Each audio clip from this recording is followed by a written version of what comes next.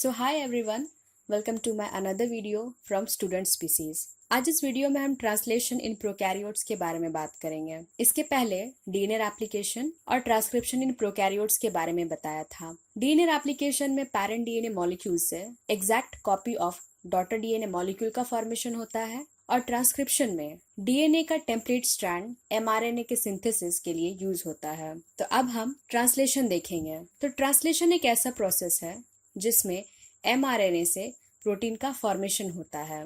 MRNA जो form हुआ है ट्रांसक्रिप्शन में, उसमें बेसेस प्रेजेंट रहेंगे और इन बेसेस को ट्रिपलेट कोडोन के फॉर्म में रीड किया जाता है। एक ट्रिपलेट कोडोन में 3 बेस के सीक्वेंस प्रेजेंट रहेंगे और जितने भी ट्रिपलेट कोडोन हैं ये specific type of amino acid को इनकोड करेंगे। अमाइनो एसिड जो है वो प्रोटीन या फिर पॉलीपेप्टाइड चेन का यूनिट होता है।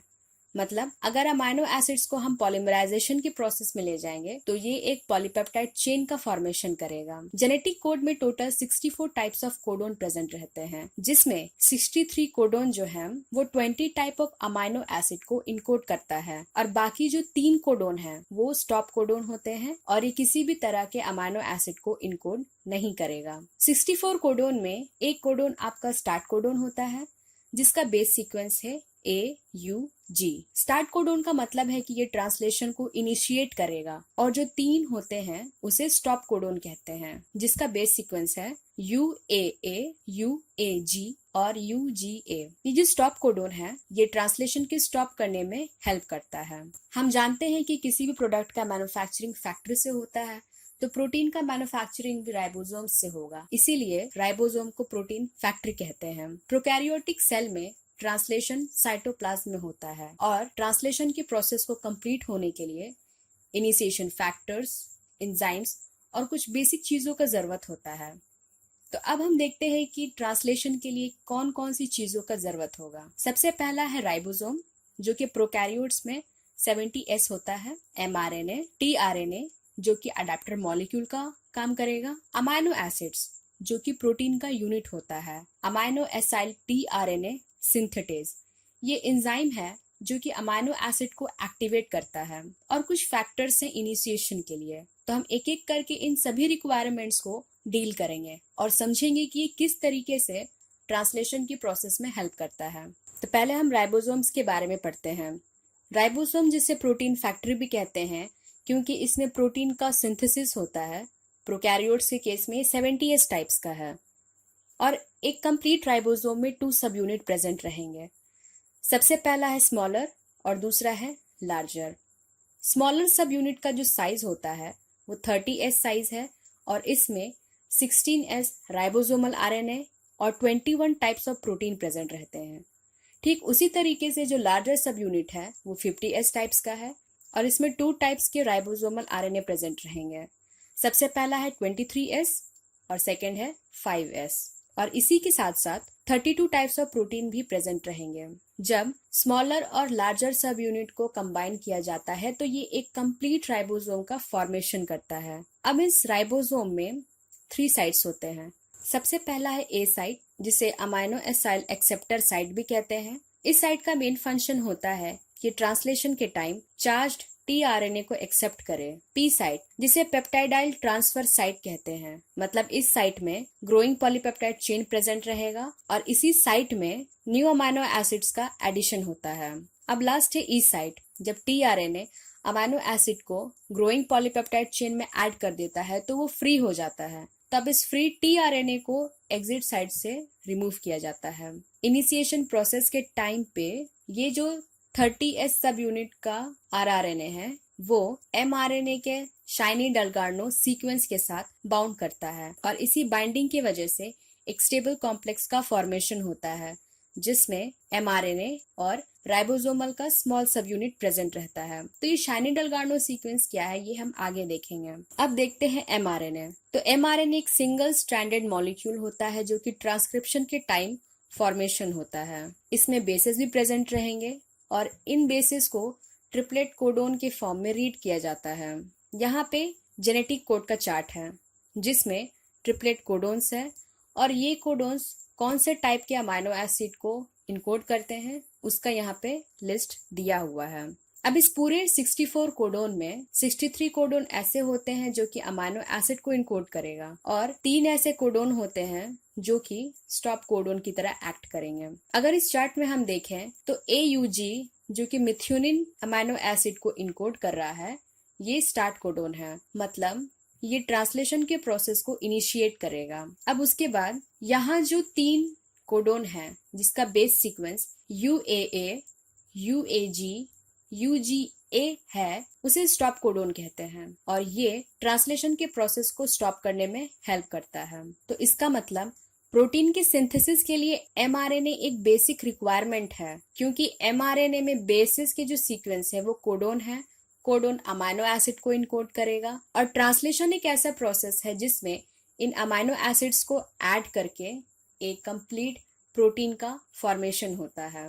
अब जो ये mRNA है उसमें 5 प्राइम और 3 प्राइम एंड्स में UTR रीजन प्रेजेंट है। UTR रीजन का मतलब है अनट्रांसलेटेड रीजन, जो कि ट्रांसलेशन में यूज नहीं होता है। तो 5 प्राइम एंड में जो UTR है उसे अनट्रांसलेटेड लीडर कहेंगे और जो 3 प्राइम एंड में UTR रीजन है उसे अनट्रांसलेटेड ट्रेलर कहेंगे। अगर इस पूरे डायग्राम को हम देखें तो यहाँ पे हमारा एक DNA मॉलिक्यूल है जिसमें ऊपर वाले स्ट्रैंड कोडिंग स्ट्रैंड है और नीचे वाले स्ट्रैंड टेम्पलेट स्ट्रैंड है। ट्रांसक्रिप्शन के प्रोसेस के हेल्प से टेम्पलेट स्ट्रैंड से एक mRNA का फॉर्मेशन होता है और अब ट्रांसलेशन के प्रोसेस में यही mRNA से प्रोटीन का फॉर्मेशन होगा। mRNA में जो पिंक कलर्ड का रीजन है इसे राइबोसोम बाइंडिंग साइट कहते हैं, जो कि राइबोसोम के साथ बाउंड करेगा इनिशिएशन स्टेप में। और ये जो ग्रीन कलर्ड का रीजन है इसे ट्रांसलेशन स्टार्ट कोडोन कहते हैं, जहां से ट्रांसलेशन स्टार्ट होगा।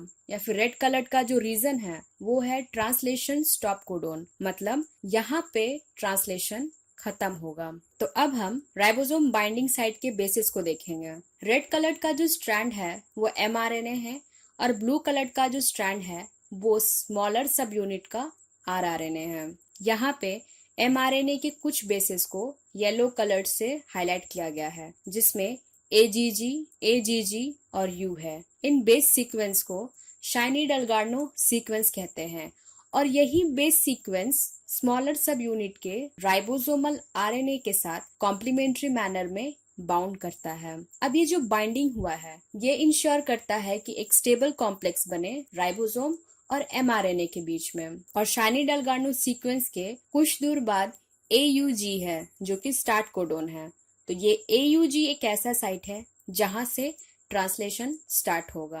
अब हम tRNA को देखेंगे। tRNA एक एडेप्टर मॉलिक्यूल होता है जो कि ट्रांसलेशन के टाइम अमाइनो एसिड को राइबोसोम में कैरी करके लाता है। tRNA में 70 to 90 न्यूक्लियोटाइड्स प्रेजेंट रहते हैं और इसका भी कुछ पार्ट्स होते हैं। तो हम इनके पार्ट्स को डिस्कस करते हैं। सबसे पहला है एक्सेप्टर आर्म। एक्सेप्टर आर्म में एक स्टेम होगा जिसमें 7 to 9 बेस पेयर्स प्रेजेंट रहेंगे और एक CCA3OH एंड प्रेजेंट है। ये जो CCA3OH एंड है इसका मेन फंक्शन है कि ये अमाइनो एसिड के बाइंडिंग के लिए साइट प्रोवाइड करता है और ये जो बाइंडिंग होता है वो ईस्टर बॉन्ड के थ्रू होता है। तो जब अमाइनो एसिड tRNA के साथ बाउंड करेगा तो ये एक चार्ज्ड tRNA का फॉर्मेशन करेगा। अब हम D आर्म को देखते हैं। D आर्म में एक DHU लूप और एक स्टेम प्रेजेंट है। स्टेम में approximate 4 to 5 base pair present रहते हैं और ये जो DHU लूप है इसमें मॉडिफाइड बेसिस प्रेजेंट है जो कि डाईहाइड्रोयूरिडिन है। यहाँ जो D आर्म है इसका मेन फंक्शन है कि ये टर्शरी स्ट्रक्चर ऑफ tRNA को स्टेबल बना के रखे और साथ ही साथ ये रिकॉग्निशन साइट भी प्रोवाइड करता है अमाइनो असाइल tRNA सिंथेटेज के लिए। अब हम T आर्म को देखते हैं। इसमें भी एक स्टेम है जिसमें अप्रोक्स 4 to 5 आपके बेस पेयर्स प्रेजेंट रहेंगे और इसमें एक T-Psi-C का लूप है या फिर कहे तो T लूप है जिसमें T-Psi-C के बेस सीक्वेंस है। यहाँ जो साई का सिंबल है वो एक मॉडिफाइड बेस है जो कि यूरिडिन का है। अब T आर्म का मेन फंक्शन है कि ये राइबोसोम के साथ बाइंडिंग करे। उसके बाद है एंटीकोडोन आर्म जिसमें कि एक स्टेम होता है और एंटीकोडोन लूप होता है। एंटीकोडोन स्टेम में अप्रोक्सीमेट 5 to 6 बेसेस आपस में पेयर अप हुए रहते हैं और कुछ एंटीकोडोन लूप का फॉर्मेशन करते हैं। इस एंटीकोडोन लूप में एंटीकोडोन प्रेजेंट रहते हैं और यही एंटीकोडोन एमआरएनए के कोडोन के साथ ट्रांसलेशन के प्रोसेस के टाइम इंटरेक्ट करता है। अब हम देखेंगे कि अगर एमआरएनए हम लोग के पास प्रेजेंट है तो हम उसमें कोडोन को कैसे रीड करें। तो कोडोन को हमेशा 5 प्राइम टू 3 प्राइम के डायरेक्शन में रीड किया जाता है।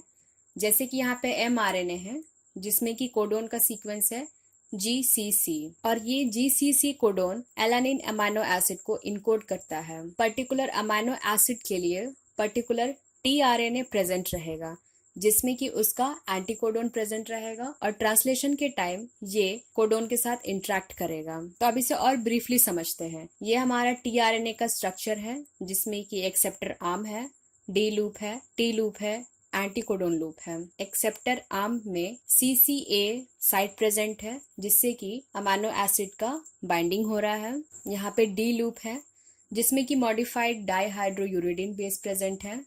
T लूप है जिसमें कि T साइट C के सीक्वेंस प्रेजेंट है। अब एंटीकोडोन लूप में देखते हैं। एंटीकोडोन लूप में एंटीकोडोन प्रेजेंट रहेगा जो कि ट्रांसलेशन के टाइम कोडोन के साथ इंटरेक्ट करता है। यहाँ पे जो mRNA का कोडोन प्रेजेंट है वो 3 प्राइम टू 5 प्राइम के डायरेक्शन में है। तो अब हम रीड कैसे करेंगे? हम रीड करेंगे इसे 5 प्राइम टू 3 प्राइम के डायरेक्शन में। तो मतलब GCC और ये कोडोन एलानिन अमाइनो एसिड को इनकोड करता है। तो इसीलिए ये tRNA एलानिन अमाइनो एसिड को कैरी करेगा।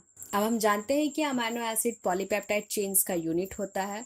तो ट्रांसलेशन के टाइम इन्हीं अमाइनो एसिड्स का एडिशन होता है with the help of peptide bond और ये जो अमाइनो एसिड्स होते हैं ये अपने स्पेसिफिक टाइप ऑफ tRNA के साथ ही कैरी होते हैं।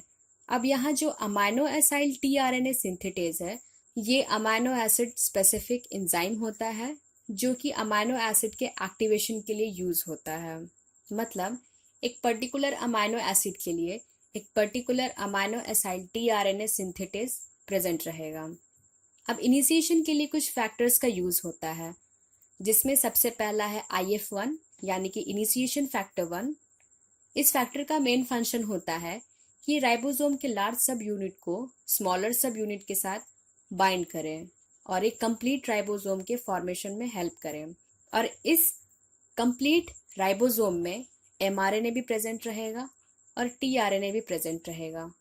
दूसरा है IF2 यानी कि इनिशिएशन फैक्टर 2। इस फैक्टर का मेन फंक्शन होता है कि ये चार्ज tRNA को mRNA के कोडोन के साथ बाउंड करे।